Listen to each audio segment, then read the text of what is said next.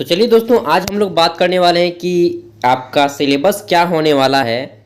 Central institute of psychiatry Ranchi में जो vacancy आई हुई है वार्ड अटेंडेंट, ठीक है, और उसके बाद ऑक्यूपेशनल थेरेपिस्ट, फिर हो गया लाइब्रेरी क्लर्क, इन सभी के लिए क्या सिलेबस रहेगा। Medical record clerk, needle women, ward attendant.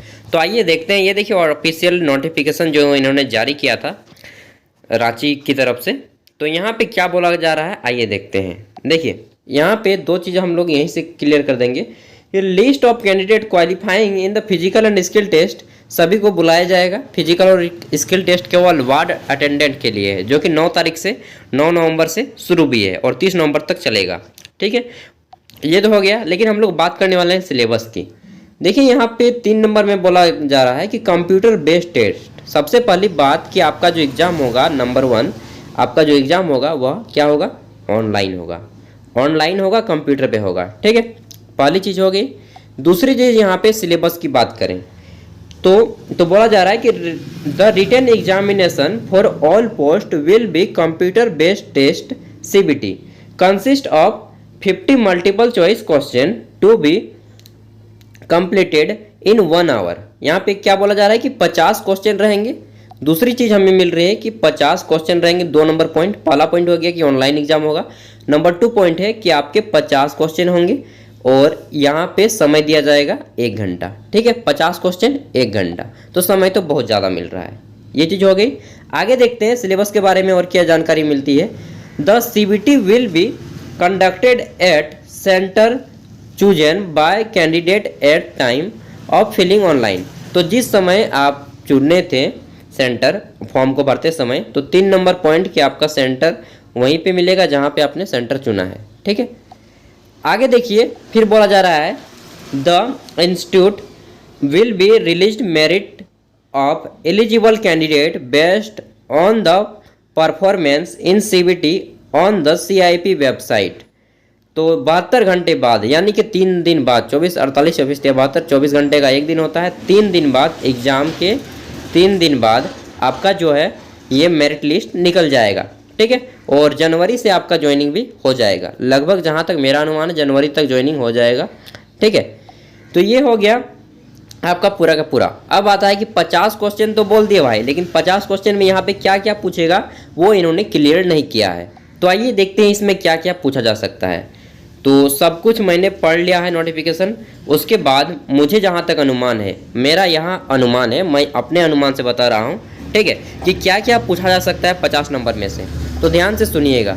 ये 50 नंबर का मान लीजिए आपका एग्ज़ाम होगा, समय रहेगा 1 घंटा। ठीक है, 1 आवर। तो इसमें आपको सबसे कंपलसरी जो कि रहेगा आपका जीके के क्वेश्चन एकदम रहेंगे ही रहेंगे। मान लीजिए 25 क्वेश्चन जीके के रहे, 25 क्वेश्चन जीके के रहे। ठीक है, आपको एग्जैक्टली कोई नहीं बता सकता, अनुमान ही सब कुछ बता सकता है। तो 25 क्वेश्चन जीके के रहेंगे। फिर हो सकता है, क्योंकि इसी तरह 50 जब भी एग्ज़ाम होता है, मान लीजिए मैंने नेवी का एग्ज़ाम दिया था 2017 में, तो उसमें भी 50 क्वेश्चन थे, उसी के अकॉर्डिंग मैं बता रहा हूँ। ठीक है, तो जीके के होंगे ही होंगे। फिर साइंस का आपका होगा ही होगा, साइंस और मैथ, ये 3 चीज़ किसी भी एग्ज़ाम में रहता ही है, जीके, साइंस और मैथ। ठीक है, 1 मिनट चलिए हम लोग कॉपी में करते हैं, ज़्यादा बेटर रहेगा। देखिए हम लोगों ने एक सेट किया है सिलेबस, इसके अकॉर्डिंग देखिए किस टाइप से पूछा जा सकता है आपका। ठीक है, तो इसी के अकॉर्डिंग हम लोग पूरा का पूरा स्टडी को जारी करने वाले हैं। देखिए एग्जाम में पहली चीज़ है कि ऑनलाइन होगा, दूसरा है कि 50 क्वेश्चन होगा और समय 1 घंटा दिया जाएगा। ये 3 चीज़ फिक्स है। ठीक है, कंपलसरी है। आइए अब हम लोग देखते हैं कि एग्जाम में किस टाइप के क्वेश्चन पूछे जा सकते हैं। तो पहला डिजाइन एक्सपेक्टेड हो सकता है कि आपके 25 क्वेश्चन जीके के हों। दूसरा हो सकता है कि विज्ञान के 12 क्वेश्चन हो और गणित के 13 क्वेश्चन, कुल मिला के 50 क्वेश्चन हो जाते हैं। तो ये एक टाइप से पूछा जा सकता है। ठीक है, पहला ये हो सकता है। दूसरा हो सकता है कि आपके इंग्लिश के 20 क्वेश्चन हो, 15 क्वेश्चन रीजनिंग एंड मैथ के हो, और आपका हो सकता है कि यहाँ पे 15 क्वेश्चन जीके एंड साइंस के हों।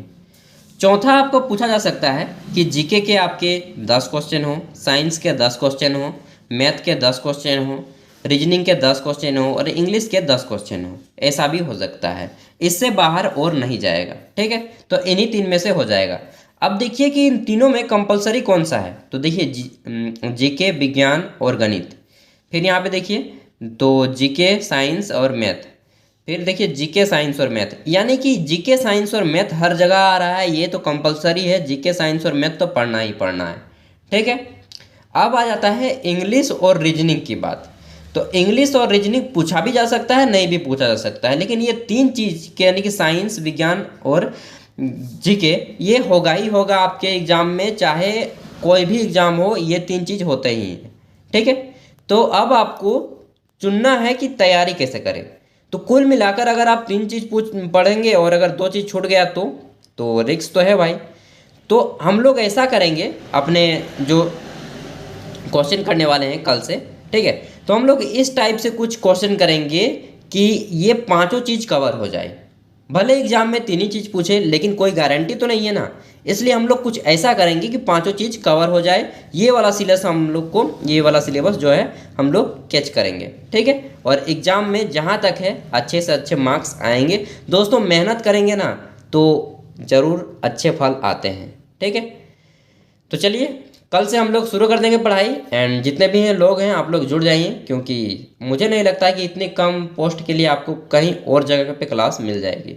एंड यार आप गलत काम नहीं कर रहे हैं, पढ़ाई कर रहे हैं। ठीक है। तो अच्छे से जुड़ जाइए, कल से शुरू हो जाएगी पढ़ाई। Thank you.